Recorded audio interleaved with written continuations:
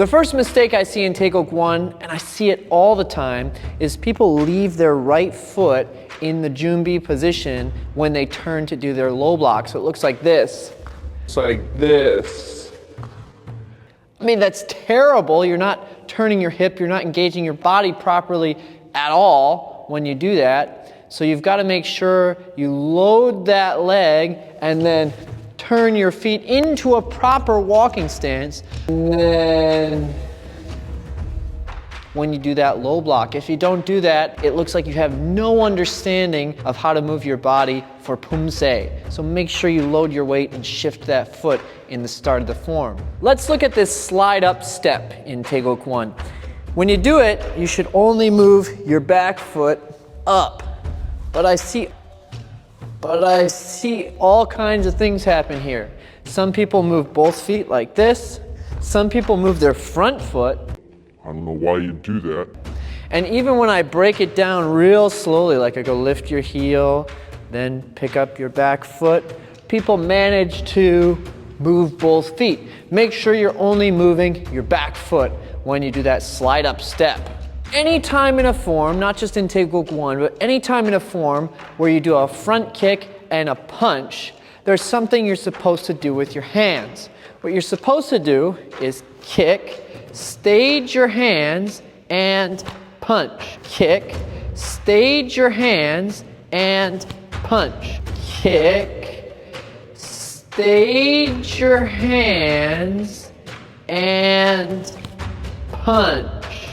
So when I kick, I'm bringing my hands to my chest, staging with the opposite hand of my punching hand, and then following with the punch.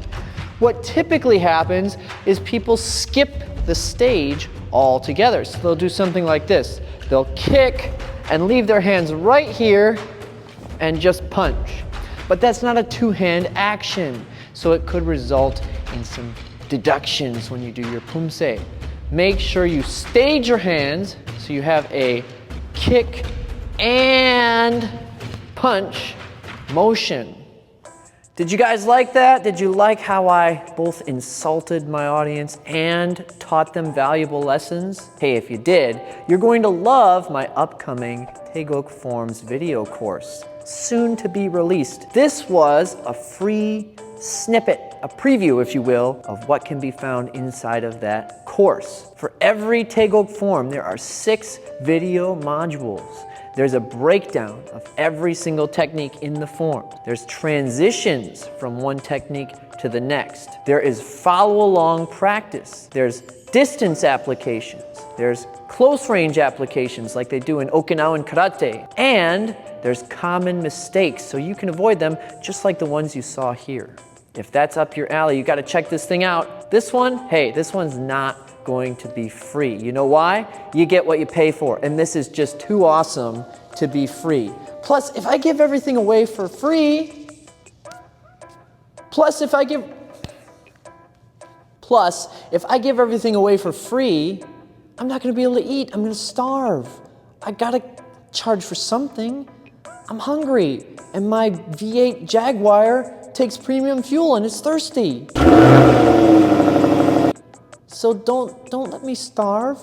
Buy the course. It's gonna be great. It's gonna be worth every penny. And you know what? If you're not interested in buying a course, go to tkdguide.com anyway, because there are lots of free video courses on there where you can learn more about Taekwondo, just like you did in this video here.